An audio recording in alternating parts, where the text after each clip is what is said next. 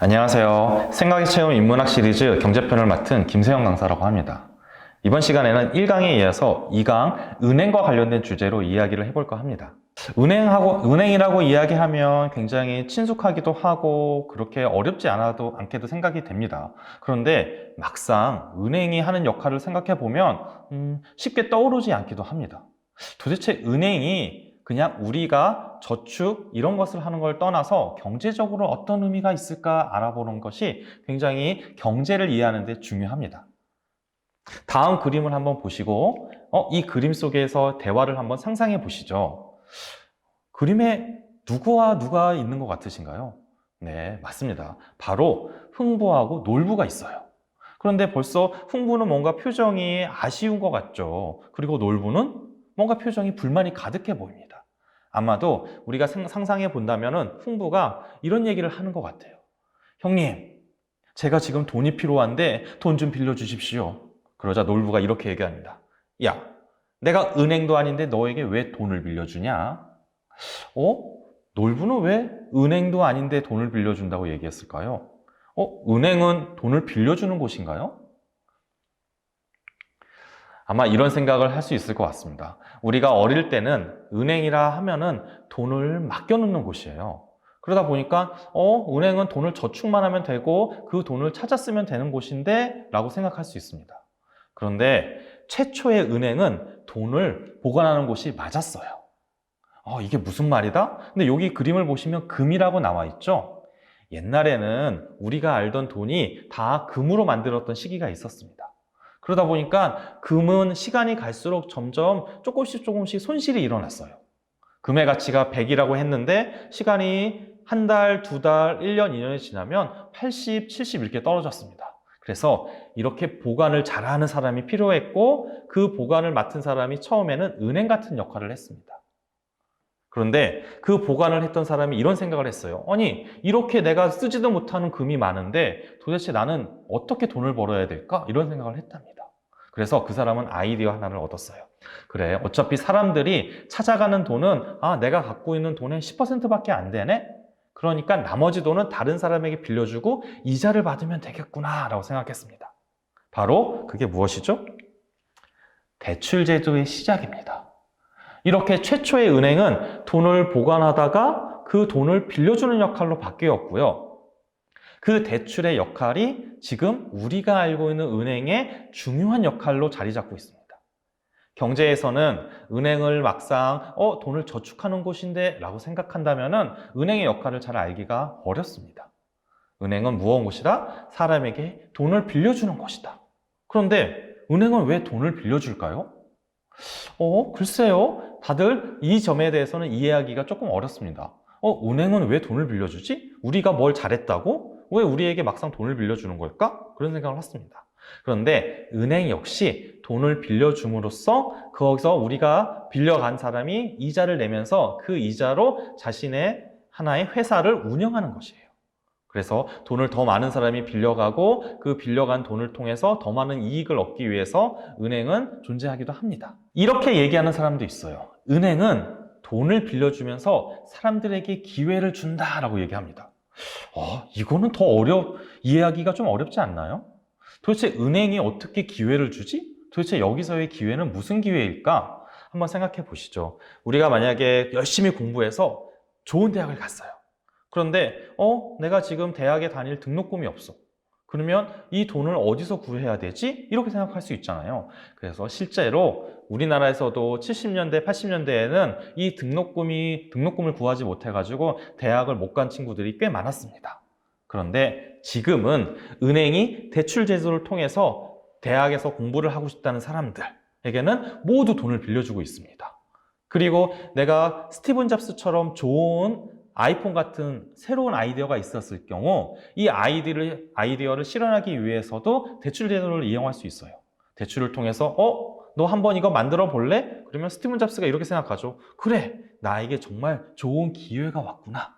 이 기회를 통해서 이 세상을 변화시킬 중요한 상품을 한번 만들어 보겠다라고 생각할 수도 있습니다.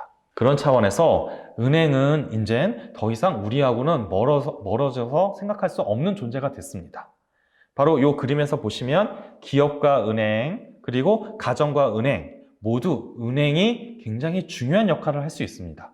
그런데 기업과 은행의 이 파트에서는 은행은 기업에서는 조금 다른 의미가 있고요. 가정에서 역시도 조금 다른 의미가 있습니다.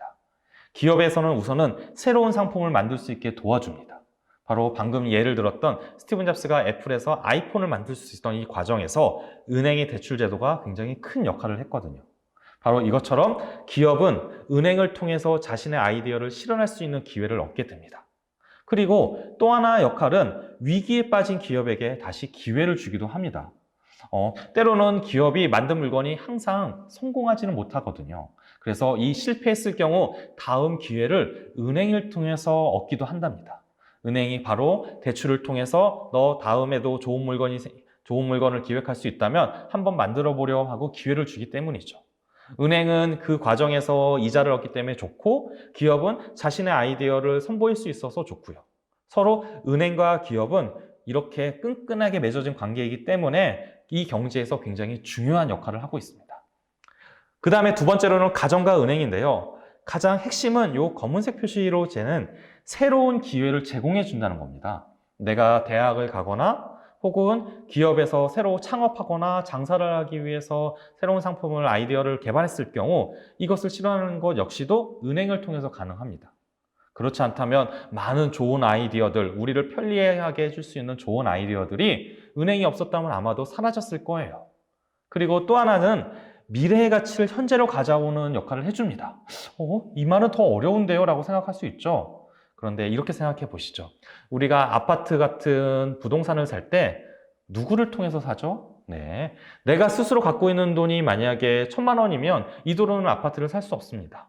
대신에 은행을 통해서 이 아파트를 담보로 대출을 받아서 그 아파트를 사면 나는 먼 미래나 저축을 통해서 가질 수 있는 아파트를 지금 당장 현재에 가질 수 있는 아주 좋은 기회를 얻게 되는 것이죠. 그렇기 때문에 미래의 가치를 현재로 가져온다. 이 말은 은행 제도를 이해하는데 가장 핵심이 되는 문구입니다. 한번 이 문구를 잘 생각해 보시죠. 그러면 이 은행은 도대체 어디서 돈을 가져올까요? 바로 그 정답은 이 세 가지 그림에 나타나는 공통점에 있습니다. 한번 찾아보시죠. 그림을 봤더니 10원짜리, 100원짜리, 500원짜리 이렇게 세 가지가 있네요. 공통점은 동전인데 색깔도 다르고 그리고 이거 숫자가 보이는데 2005, 2014, 1998? 이것도 다 다르네? 뭐가 공통점이죠? 네, 맞습니다. 바로 한국은행이라고 써여 있죠. 이 한국은행이라는 곳이 이 동전을 발행한 곳입니다. 그것을 경제학에서는 바로 중앙은행이라고 설명해요. 중앙은행. 중앙은행? 가운데 있는 은행인가? 네, 이렇게도 생각할 수 있는데 가장 은행의 모든 중심이 되는 은행이라고 생각하시면 됩니다. 우리가 알고 있는 일반적인 돌아다니면서 볼 수 있는 은행은 한국은행을 통해서 한국은행에서 돈을 받았기 때문에 우리에게 대출을 해줄 수 있습니다. 그래서 중앙은행은 은행의 왕이라고 불리기도 합니다. 이 중앙은행의 역할은 무엇보다도 지금 굉장히 중요해지고 있는데요. 그 이유는 바로 코로나 때문이기도 합니다. 사람들이 자꾸 돈이 없어서 힘들어질 때 중앙은행이 이 통화정책을 통해서 돈을 풀기 때문에 사람들은 돈을 빌려서 이 위기를 극복할 수 있는 것이죠. 중앙은행에서 조금 더 자세히 알아보면은 중앙은행은 모든 국가들이 갖고 있습니다. 한국에는 한국은행이 있고요. 일본은 일본은행이 있습니다. 미국은 미국은행이라고 하지는 않고요. 연방준비제도라는 조금 독특한 제도를 갖고 있지만 중앙은행과 역할은 같습니다. 그리고 이 중앙은행의 가장 중요한 역할은 돈을 발행하는 곳이에요. 그래서 우리가 갖고 있는 모든 동전이나 지폐 이런 곳에는 다 한국은행이라는 단어가 들어가 있습니다. 바로 한국은행에서 발행을 했다는 뜻이죠. 그러다 보니까 한국은행은 사람들이 돈이 필요하다면 발행을 해줘서 이 경제가 흘러가는데 도움을 주고자 노력합니다. 그리고 최근에는 이 중앙은행의 역할이 조금 바뀌었어요. 어떻게 바뀌었냐고요? 예전에는 그냥 돈을 찍어만 내는 역할이었기 때문에 별로 이렇게 관심이 없었는데 지금은 경제가 위기에 빠질 때마다 중앙은행을 사람들이 쳐다봅니다. 왜냐하면 중앙은행은 경제를 안정시키고자 하는 역할을 스스로 맡았기 때문이에요. 그래서 경제가 어려우면 돈을 많이 발행해가지고 사람들에게 돈을 쓰게 하고, 그리고 더 많은 아이디어를 실현해가지고 경제를 발전시키고자 하고요. 그리고 사람들이 너무 시중에 돈이 많아서 이제 돈을 더 이상 쓰기 싫어. 그러면은 경제에 필요한 돈을 좀 줄이고자 돈을 적게 발행합니다. 그러다 보면 경제가 조금 더 과열되지 않고 안정되는 시기를 가질 수 있게 됩니다. 이렇게 중앙은행은 지금 최근에는 더 코로나 시대와 더불어서 큰 역할을 더 부여받았는데요. 우리가 이제 일반적으로 돈이 없다 보니까 중앙은행에서 돈을 빌리게 되고, 그리고 그 중앙은행이 더 돈을 발행하고자 노력하면은 우리는 지금 현재 어려운 위기를 다음으로 넘길 수 있죠. 바로 미래의 안정된 가치를 중앙은행을 통해서 현재로 가져올 수 있는 역할을 하게 됩니다. 네, 지금까지 은행과 중앙은행에 대해서 알아보았는데요. 어떠신가요? 은행에 대해서 생각이 조금 달라지셨나요? 그전에는 은행은 그냥 저축하는 곳이라고 생각했는데, 대출이라는 제도도 되게 중요하구나라고 느끼셨을지 모르겠습니다. 우리는 옛날부터 저축이 되게 중요하다고 배웠습니다. 네, 여전히 맞는 말이죠. 저축은 미래를 담보하기 위해서, 미래를 준비하기 위한 중요한 훌륭한 제도이거든요. 하지만 때로는 현재의 가치를 실현하기 위해서 미래의 가치를 가져올 수 있는 저 대출도 되게 은행에서는 중요하다는 것을 이해하셨으면 좋겠습니다. 물론 이 대출과 저축은 조화를 이루어야 되고요. 한쪽만을 너무 이렇게 맹신하다 보면은 경제에서는 조금 삐끄덕거릴 수가 있습니다. 그래서 여러분들은 저축이 되게 중요하고 대출은 나쁜 것이다 이렇게 생각하기보다는 대출도 그 나름의 장점이 있구나 이렇게 생각하시고 은행을 이해하시면 이 경제가 돌아가는 것을 더 쉽게 이해하실 수 있을 것 같습니다. 2강은 여기까지 하고요. 3강에서 찾아뵙겠습니다. 감사합니다.